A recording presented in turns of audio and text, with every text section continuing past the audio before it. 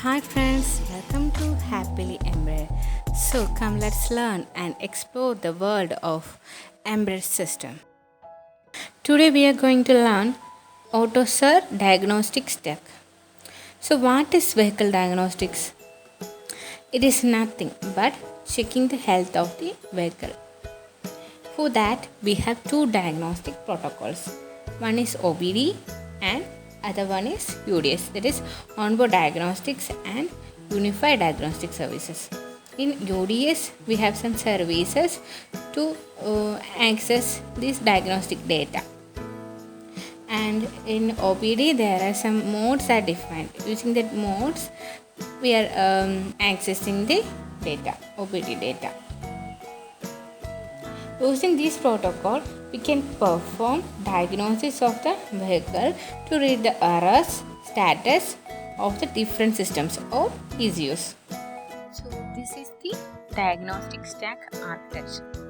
So what does come in diagnostic stack?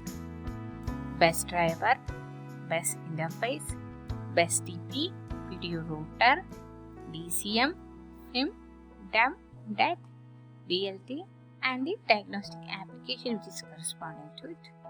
Okay, so what is best driver? Best driver can be CAN driver, FlexRay driver. Okay, that will come in the best driver section. What is best interface? It's like a CANF, FlexRay, it is interface. Okay, then the best TP can be CAN TP, FlexRay TP. If the node is CAN-FD, then that will be CAN-FD TP. Regarding CAN-FD TP format, I have already done a video. You can check it from my channel. I will provide the link in the description box also. So the next one is PDUR. PDUR is used to route the CAN signal or FlexRay signals, which are messages are getting to this ECU. Then the DCM is Diagnostic Communication Manager. The DEM is Diagnostic Event Manager, and FIM is Function Inhibition Manager, and DLT is Diagnostic Log and Trace, and DET is Development Error Trace. Okay, these will together form the diagnostic stack. Now we can check each one of this. So this video is an overview of diagnostic stack, and we can check the major functionalities of each module. DCM, DEM, FIM, DILT, DET. These are the diagnostic modules. So we can check the functionalities of these modules. So in this video we can just have some overview or some basic ideas of these modules. DCM is a basic software module which comes in the communication service of service layer. It handles the diagnostic request from the tester or onboard test system. It provides response to the diagnostic request, which can be either positive response or negative response, and the messages contains DTCs, status, date values, etc. DCM comprises of service ID, data ID subfunctions, routine ID to handle the diagnostic request on response. DCM also manages the session and security states. The different components in the DCM are DSL, DSP, and DSD. DSL is Diagnostic Session Layer, and the DSD is Diagnostic Service Dispatcher, and DSP is Diagnostic Service Processing Module. Okay, what is done in DSL? DSL handles the flow of data which is related to the diagnostic request and response. It also manages the session and security states. In DSD, the Diagnostic Service Dispatcher will check the validity of the diagnostic request request. And the last one, diagnostic service processing module, process the diagnostic request and it analyzes the diagnostic request and collect the required data from other BSW modules for processing. And it assembles those data and prepare the diagnostic response corresponding to the diagnostic request. This is the overview of the DCM module, the Diagnostic Communication Manager module.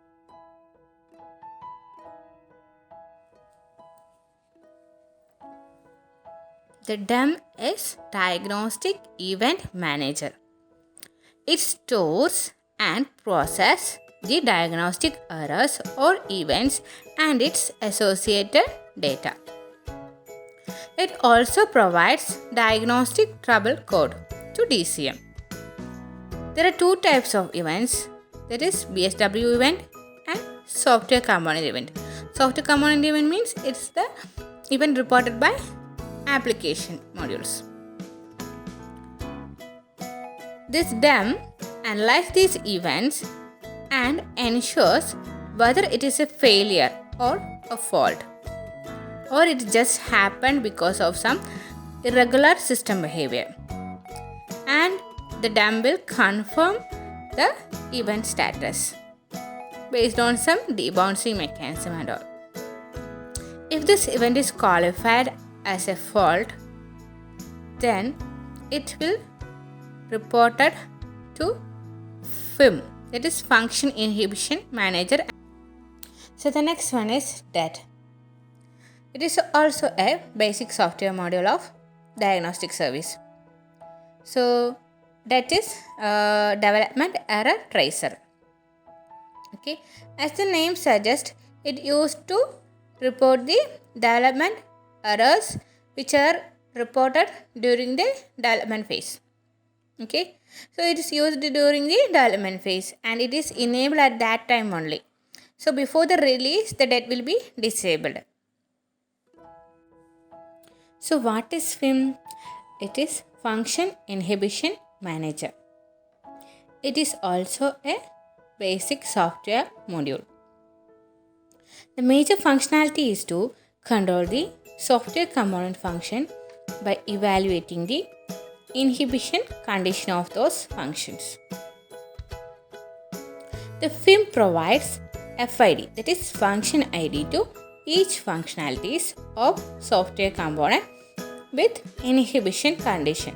So based on the function, the FIM will control the functionality. I have already said that the qualified events are reported to FIM by the DEM. So based on this, the FIM controls the software component modules. The FIM controls BSW modules also based on this inhibition condition.